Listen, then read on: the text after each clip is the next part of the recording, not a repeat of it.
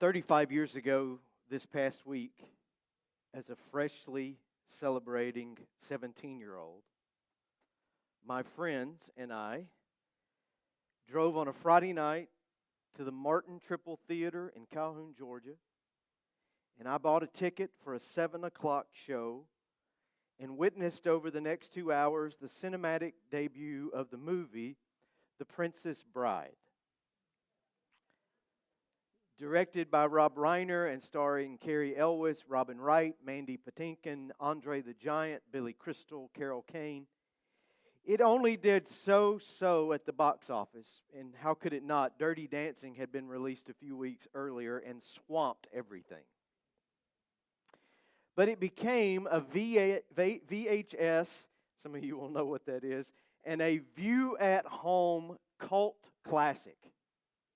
For its time, it was as popular and as quoted as often as the Rocky Horror Picture Show or Monty Python and the Holy Grail. Funny, ridiculous, and genius. The story follows young Wesley, a farm boy who leaves the love of his life, the most beautiful girl in the land, Buttercup is her name, to seek his fortune.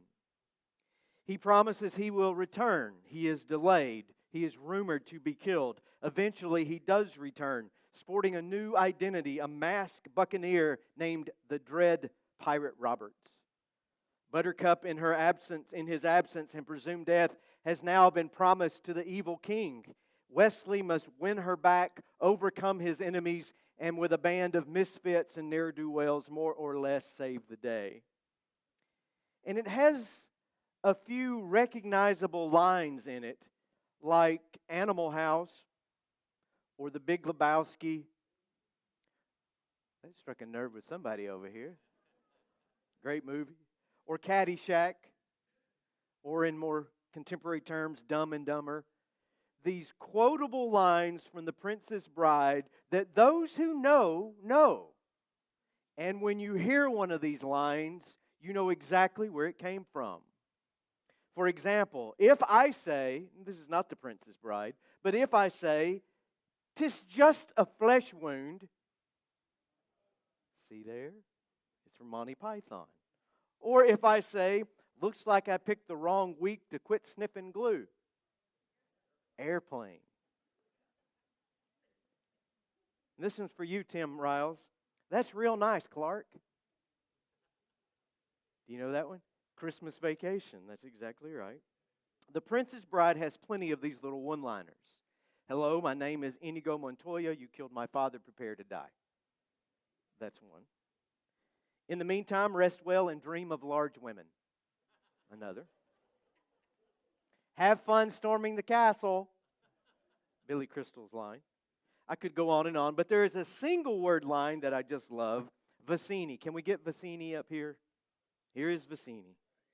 He is a short little evil Sicilian, and he is played by Wallace Shawn. Sidebar, for a different generation, Wallace Shawn is the voice of Rex in Toy Story. So for those of you that are either too young or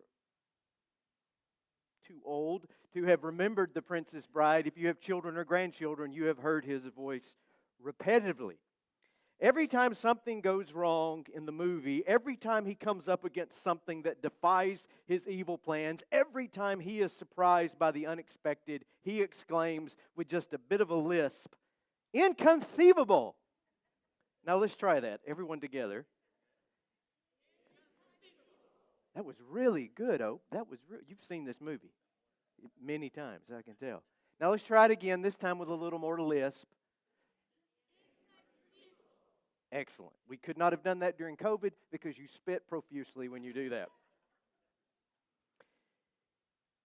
And then finally, Inigo says to him, "You keep using this word. I do not think it means what you think it means." That is my favorite line in the entire movie. And I throw it out there sometimes in a company or in a crowd, and when people go, I'm like, "Oh, they didn't see the movie." But invariably, inevitably, inconceivably, someone will recognize that. You keep using this word, and I don't think it means what you think it means. This line is so useful as we approach the Bible. I do not think it means what you think it means. I'm not saying that arrogantly, like I know what it means, because I'm educated. And I can see it clearly, though obviously you are some lump-headed layman without a clue. I don't mean it that way. Simply this: the Bible does not always mean what we think it means, because we have imposed upon it our culture, our time, our historical perspective, our context. That gives us a particular view, a specific way of seeing the Bible, and it makes it almost impossible to see it any other way. And more times than not, we think the Bible says certain things simply because we have been told that. We have been disciplined in a single point of view, and no other options and no other alternatives have been offered in the place of that single view. So now shall we approach the 7th chapter of the book of Daniel. This is one of the Old Testament readings from the lectionary for All Saints' Day. There would be no Halloween, no Hallowed Eve on October 31st, which is what Halloween means, without All Saints' Day second on November 1st. All Saints' Day is a celebration of all the saints who have gone before us. It began in the 3rd or 4th century, best that we can tell, and it was the church's way of honoring those who had been martyred and murdered for their faith. There had to be a way to celebrate their lives. And over time, both Protestant churches and Catholic churches and Orthodox churches alike have celebrated the saints on the first or last Sunday of the year, primarily though on November 1st itself, where we honor those who have gone before us and left us an example. The tradition continues. I'll say more about the saints later, but first, in Daniel 7 here, I don't think it means what we think it means. Now, if you heard this passage today, and as usual, Anna did a wonderful job, even if she did just look up something to say. She did a wonderful job with the introduction. It is an apocalyptic text. And if your first reaction to the text today was, I have no idea what any of that is about. If your first reaction to the churning waters and these 4 beasts coming out of the sea, if your first reaction to that is, I just thought it was a Halloween reading to give us a little scared for the holiday, let me say that you have been given by God a special measure of grace if that was your response. You have been given a wonderful dispensation to be completely oblivious to what many of us have been told this text is about. So, just by a show of hands, how many of you, when you heard that text, it's really new to you and you really have no idea what it's about? God bless each and every one of you. You can go now. Others of us heard this passage and we immediately, our minds raced to something like this. Do we have those charts? These charts that would fill up an entire Sunday school room wall that detail down to the minute and time the end times. Daniel 7 is connected immediately with Revelation chapter 21, Matthew 24 and 25, Ezekiel 37 and 38, the battle of Gog and Magog, Armageddon, the 7 weeks, the 3,200 days, on and on it goes until my head would pop off just giving up all of these details. By default, we have this view that has been imposed upon this text that Daniel is seeing the end of the world. And so great energy has been spent, and even now it is being spent, especially in North America, and especially in evangelical circles, on fitting the pieces of this puzzle together. Who are these beasts coming out of the waters? What future kingdoms will come that will destroy this world and attempt to exterminate God's people? It must be Russia. It must be Iran. Oh, it's got to be China. It's the United Nations. Because it used to be Lenin, but he's dead. It was Hitler, and that ended badly for him and good for the world. It was the Soviet Union. The Soviet Union doesn't exist anymore. This predictive exercise continues on and on, a form of Christian decoding, everyone acting like a baptized Nostradamus, trying to write the next bestseller about the apocalypse because it's all going to burn, but we better make some dough before we get to the landfill with it all. Inconceivable. To those who habitually heard this passage taught like that, who have only heard it explained that one way, and yes, to those who strongly hold that position even still, I do not think it means what you think it means. Now, if I sound jaded or weary with this particular interpretation, I don't want you to think that. I don't want you to think that. I want you to know that. I am jaded by this particular view. I am weary of this interpretation. I am tired of it being taught and applied as if it is the only way to understand what is going on here. I am exhausted by the fact that a distinctly American Protestant fundamentalist interpretation of Daniel, only 175 years old, is treated as superior to all the rest of Christian interpretive history and all the contemporary discovery related to the Scriptures. And more than anything,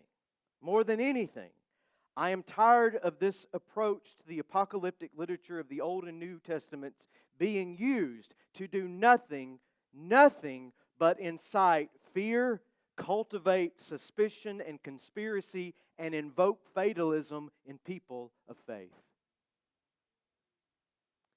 People of faith, we should be having manufactured within us peace and joy and love and hope and the fruits of the Spirit.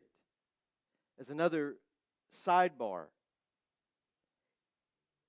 it's no wonder that fundamental evangelical Christians in America are so susceptible to conspiracy, because we have been prepped and primed and washed in theological conspiracy for decades now, from passages like these.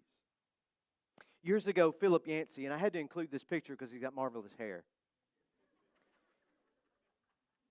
Philip Yancey was the longtime editor of Christianity Today, and he remains an excellent writer, and his insights are sorely missed in the Christian ecosystem, to be sure. Back in the 1990s, I read this. It's amazing. I don't hold on to stuff very long. I'm a minimalist. I'm not a hoarder. I leave that to other members of my family.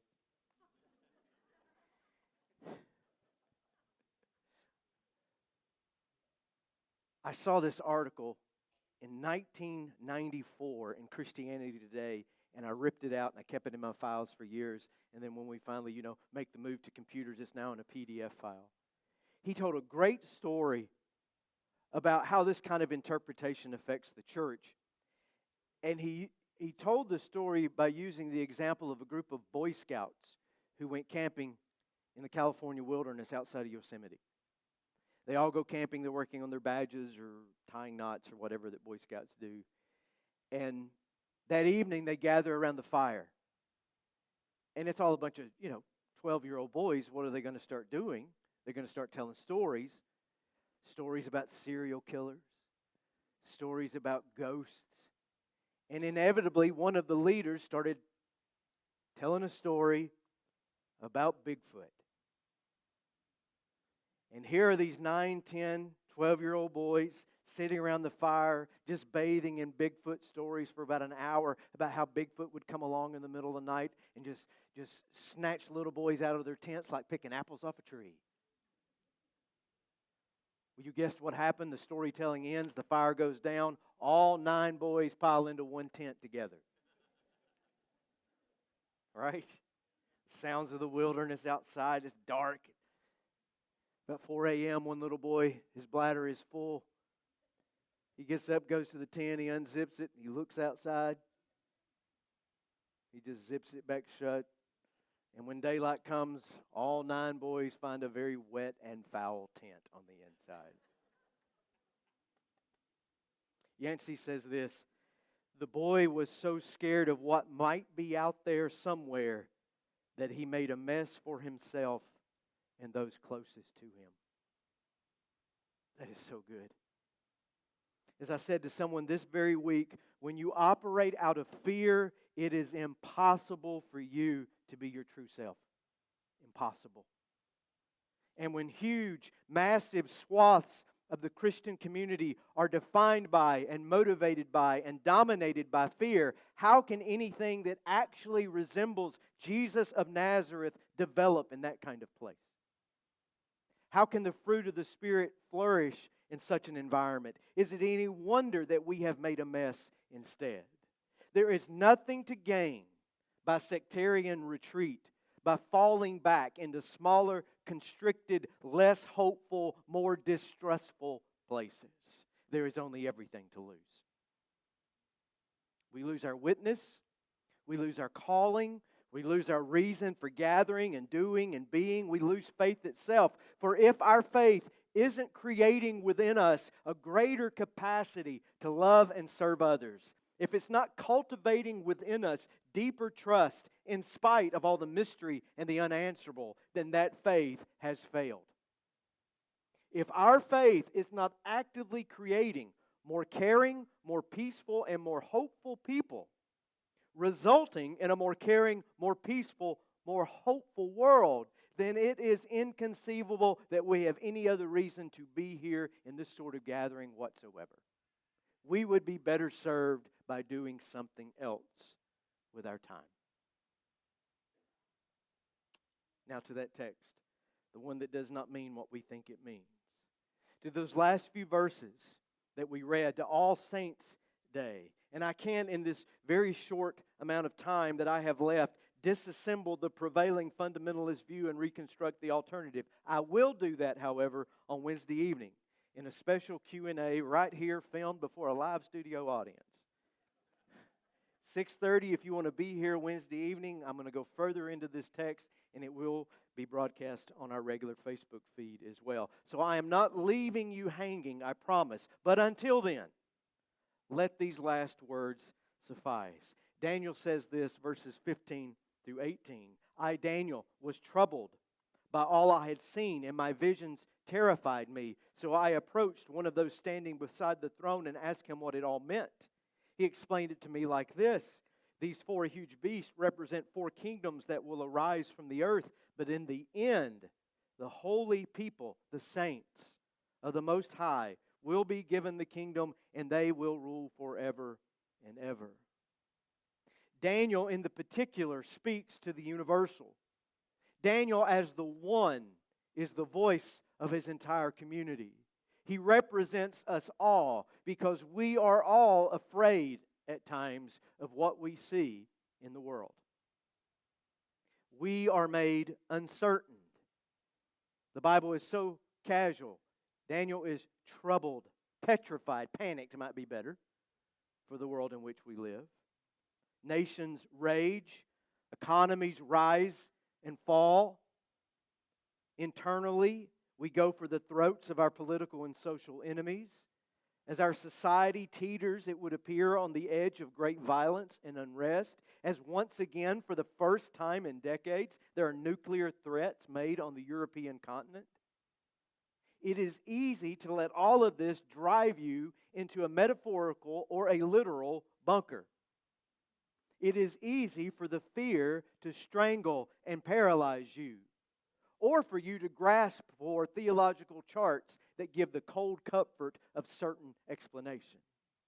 I'm not saying these fears are illegitimate or ungrounded.